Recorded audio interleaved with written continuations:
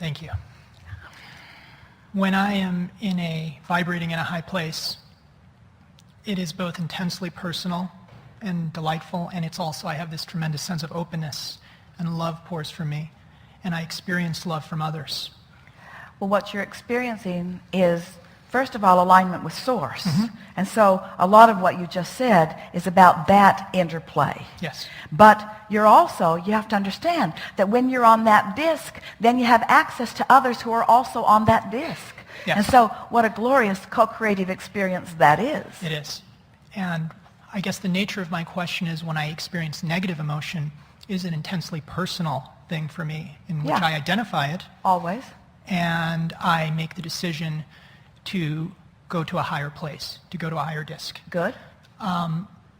I am wondering, because I had a recent experience with anger, which I will briefly explain to you, where I'm a writer and I was working with a producer. We were spending 14-hour days together on a deadline, and I was in a very high place, and he rose to meet me, and it was a delightful experience, and it was exhilarating. There were a few moments where I became a little irritated, but I shifted my feeling. But there was one scene in particular that he became fixated on, and we spent about, 6 hours working on it. And I found myself becoming angry, frustrated. And rather than sharing that with him, I said, I'm going to go take Sparky for a walk. We were working from my house. And I said, well, check that out. I'm actually going to take Sparky for a jog. And I jogged intensely, and I yelled, and I started feeling better, but then I got home, and I said, I'm still not feeling quite right. I'm going to do a little yoga. I'm going to do some push-ups, and I need to meditate on this scene, actually. So it was a bit labor-intensive.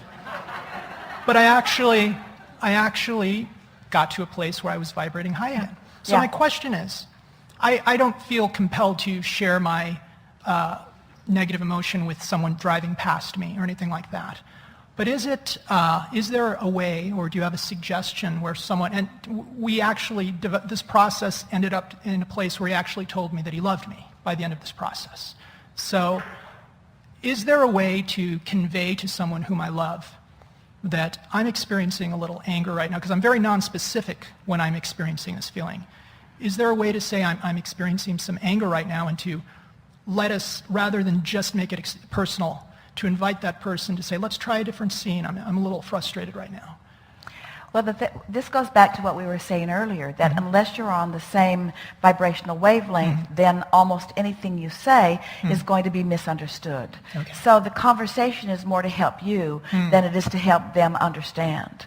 Okay. We've been saying for quite a long time that when you find yourself out of sync with who you are, not feeling what you want to feel, and interacting with those that you care about, that it would be helpful if you would say to them, I'm out of the vortex, or I'm not on my disc, or I just don't feel good, whatever they are capable of understanding. So if you'll just excuse me for a little while, I'm going to go off and get feeling better. And when I get feeling better, I'll come back and play some more. So it's always better to do it in that non-specific way than to specifically say, I'm having this feeling, I'm having this anger, I'm having this frustration. Is it always best to be so non-specific when sharing it with someone whom I love and trust? Well, whether you're sharing with someone or whether you're just wanting to move to a higher disc, this is the law of physics about this. The more specific you are, the faster the momentum. The more general you are, the slower the momentum.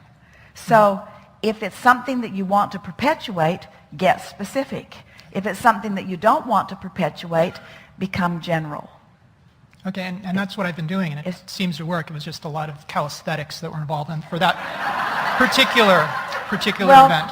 You see, you have the tools to move up this emotional scale. We've written lots of books and put lots of processes in them for that very reason, that what you were feeling was a sort of powerlessness because he was fixated on something and it was going nowhere, and you'd offered enough time and you weren't seeing it in the same way, and so you felt a sort of powerlessness about something that you felt quite strongly about.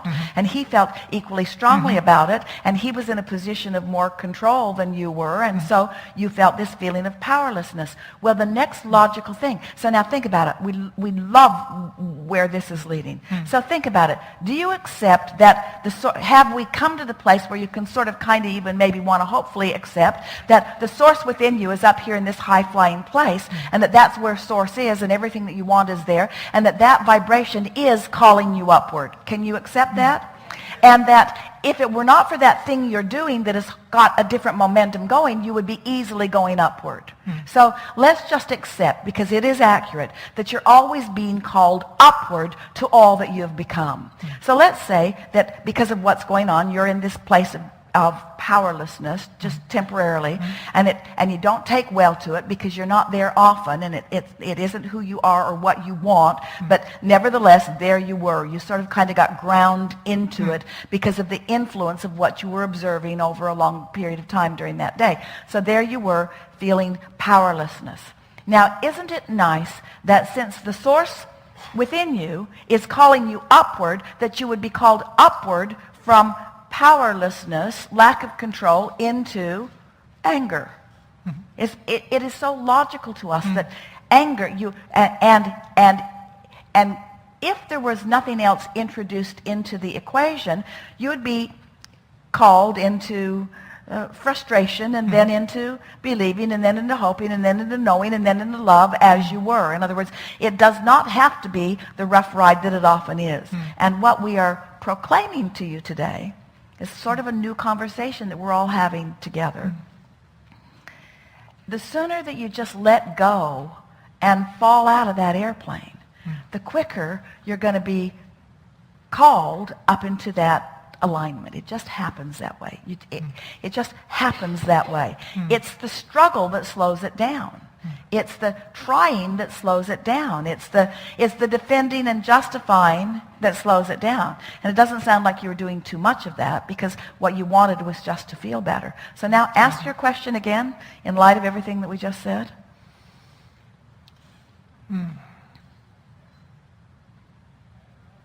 Can't even find it. But try. Ask that question.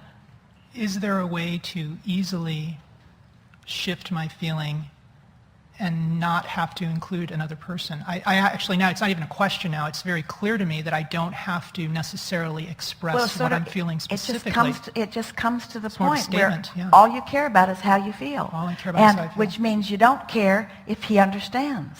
Perfect. All you care about is how you feel, because in the wanting to convey to the opposing force, in this case, someone with a different opinion, why your opinion is the opinion that it is, you enter into the momentum of resistance and slow yourself down. In other words, it's about just letting go. And it's not about not caring, because you do care. It's already up there. It's about getting to what you care about most. And what is it that you care about most? I care about feeling good. I care about being happy. And everything else is a byproduct of that. Yes.